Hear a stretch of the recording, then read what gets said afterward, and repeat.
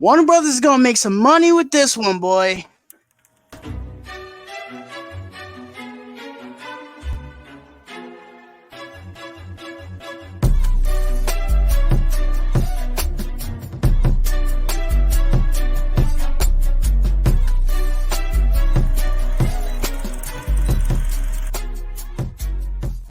What is going on, everybody? Thank you for joining us at the Nerd Talk official YouTube channel. My name is Tyler, joined by my co-host AJ Reacts to. We are giving you a movie review for the newest Willy Wonka film titled Wonka.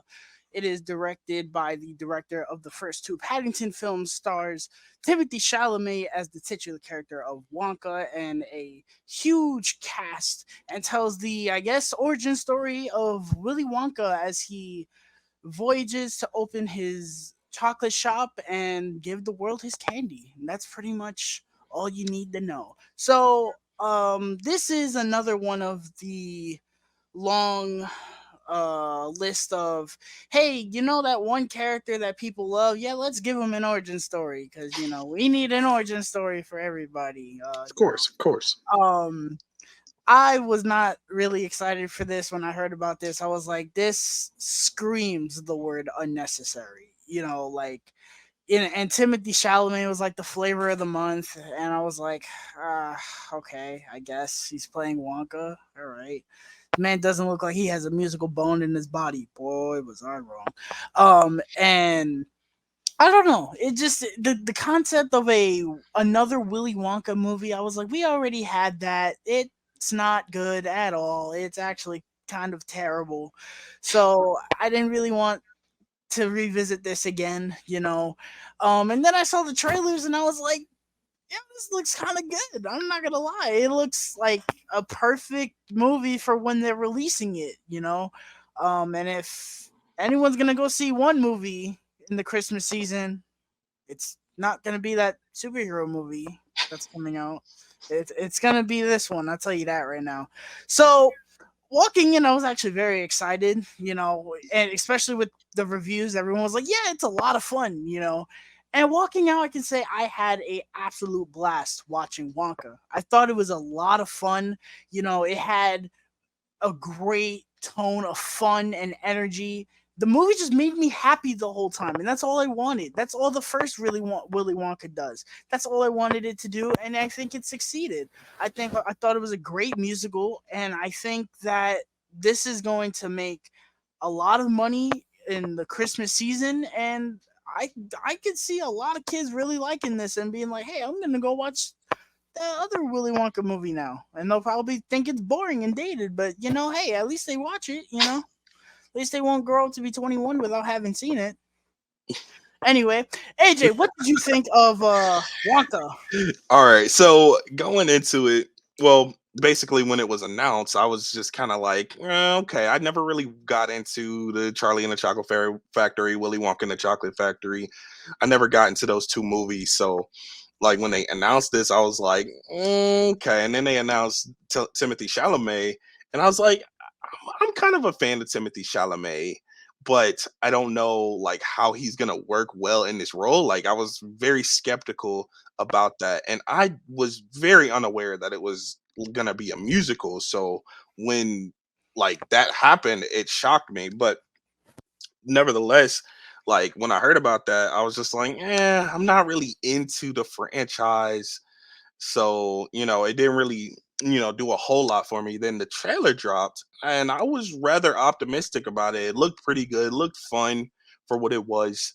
And then like the release date started approaching, man, and I was like not feeling it. I was like, I'm not really excited for this movie. I don't think that it's gonna be really worthwhile. And then some reviews were coming out, and I was like, whatever. I still don't care. I really don't care. Then Stacy was like, "Let's go see it. I want to go see it," and I was like, "Okay, I guess whatever." So we go see it.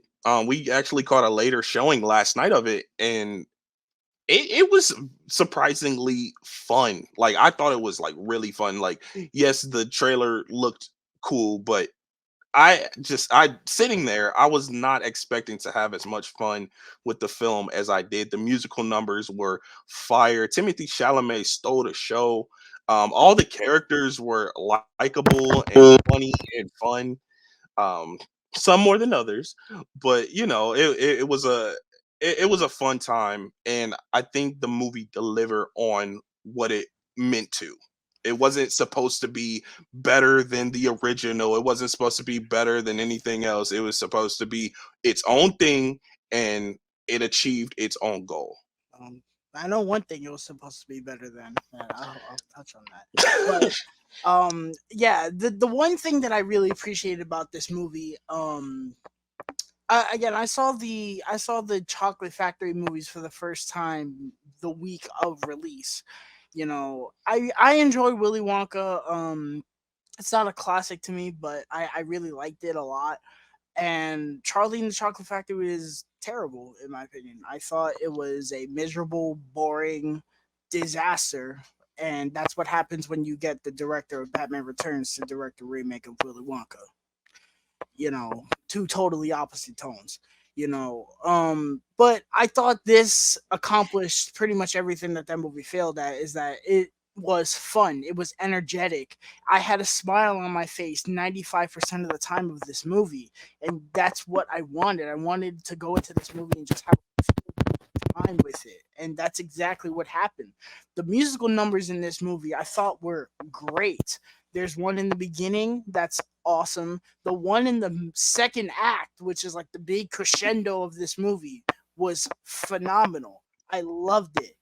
um Hugh Grant as a Oompa Loompa for 10 minutes in this movie was Hugh Grant as an Oompa Loompa for 10 minutes. I love Hugh Grant. I don't know who doesn't. And I thought they did a good job with the CGI and all that. But his presence kind of felt obligatory. But, it was Hugh Grant as an Oompa Loompa. I say with Hugh Grant, his screen time was shorter than expected, but I felt like he did play a pivotal role in the movie, He and did. he did have some significant sequences, even like especially in the third act.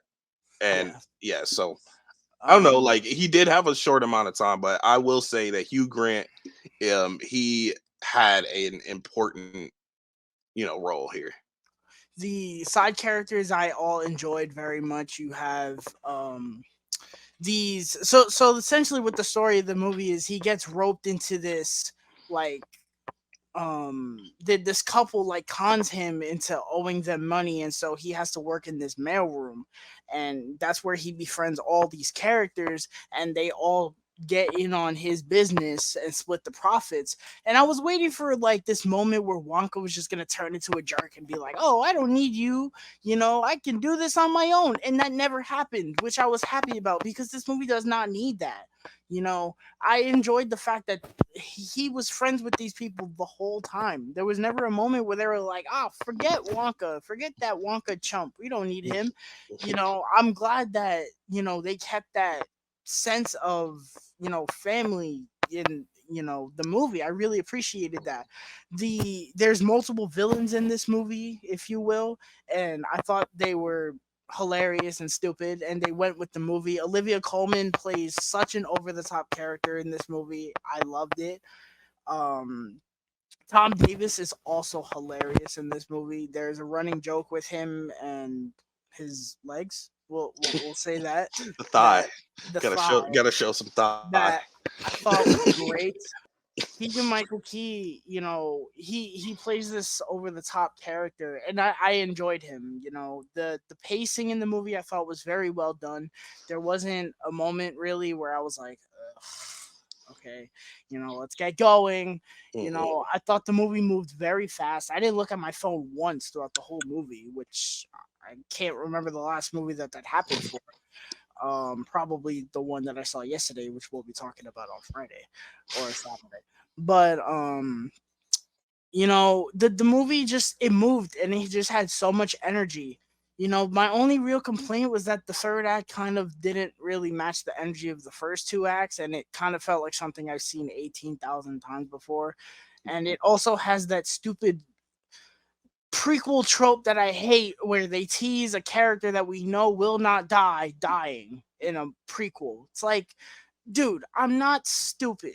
I know that these characters are not going to die. So when they're in danger and they're about to die, I'm just sitting there like, well, okay, what's gonna happen that they're gonna get out of this? You Mhm. know, it's like when I watched the Sonic movie and he like blows up, and they're like, "Oh my god, he blew up!" I'm like, "Yes, because the main character of the movie is going to die."